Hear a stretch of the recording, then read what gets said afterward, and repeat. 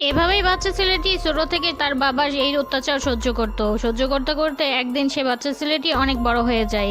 বড় হওয়ার পর দেখা যায় সে বাচ্চা ছেলেটি সেখানে একটি পেপারের কাটিং দেখে, আর সেখানে দেখে তার বন্ধুদের ছবি, যাদেরকে দেখে তার সেই ছোটবেলার কথা মনে পড়ে। এখন সে বড় হওয়ার পর অনেক শক্তিশালী হয়ে গিয়েছে।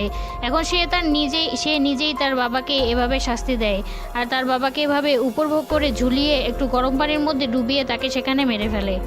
এরপর সে একটি মাস্ক তৈরি করে, আর এই মাস্কটি পরে সে এবার তার সেই বন্ধুদের কাছে প্রতিশোধ নিবে, যারা তাকে ছোটবেলায় অনেক কষ্ট দিয়ে তাকে র্যাগিং করেছিল।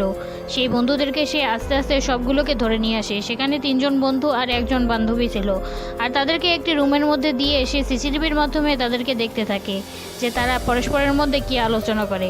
এরপর যখন তার দেখা শেষ হয় তখন সে সেই রুমের মধ্যে এসে তাদের কাছে আস্তে আস্তে প্রতিশোধ নিতে থাকে, যেগুলো তারা ছোটবেলায় তার সাথে করেছিল।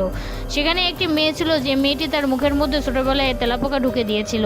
সেই মেয়েটির মুখের মধ্যে একটি পাইপ ঢুকানো হয়। এরপর সে আস্তে আস্তে সেই পাইপের মাধ্যমে একটি তেলাপোকা তার মুখের